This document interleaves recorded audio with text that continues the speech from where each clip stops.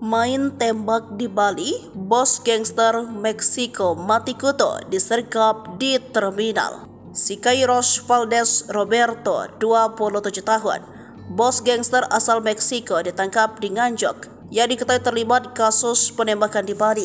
Pria 27 tahun yang juga terlibat kasus penembakan di Bali itu ditangkap saat berada di terminal Nganjuk, Jawa Timur pada Selasa 30 Januari 2024 sekitar pukul 3. Diketahui saat ditangkap, Siqueiros berstatus buron karena terlibat kasus penembakan warga negara Turki bernama Turan Mehmet, 40 tahun. Peristiwa tersebut terjadi di Villa Farmhouse Desa Tumbak Bayuh, Kecamatan Mengwi, Kabupaten Bandung, Bali pada Selasa 23 Januari 2024 lalu. Sebelum mengamankan Siqueiros, polisi lebih dulu menangkap 3 pelaku lainnya, yakni Aramburo Contreras Jos Alfonso, 32 tahun, Mayor Queen Escobedo Juan Antonio, 24 tahun, dan Deras Gonzales Victor Eduardo, 36 tahun. Siqueiros adalah pemimpin dari kelompok tersebut dan juga merencanakan kejahatan. Dirtipidum Bareskrim Polri Brigjen Juhandani Puro mengatakan Siqueiros kabur dengan menyewa mobil ke Jawa Timur. Ia sempat pura-pura check-in di hotel,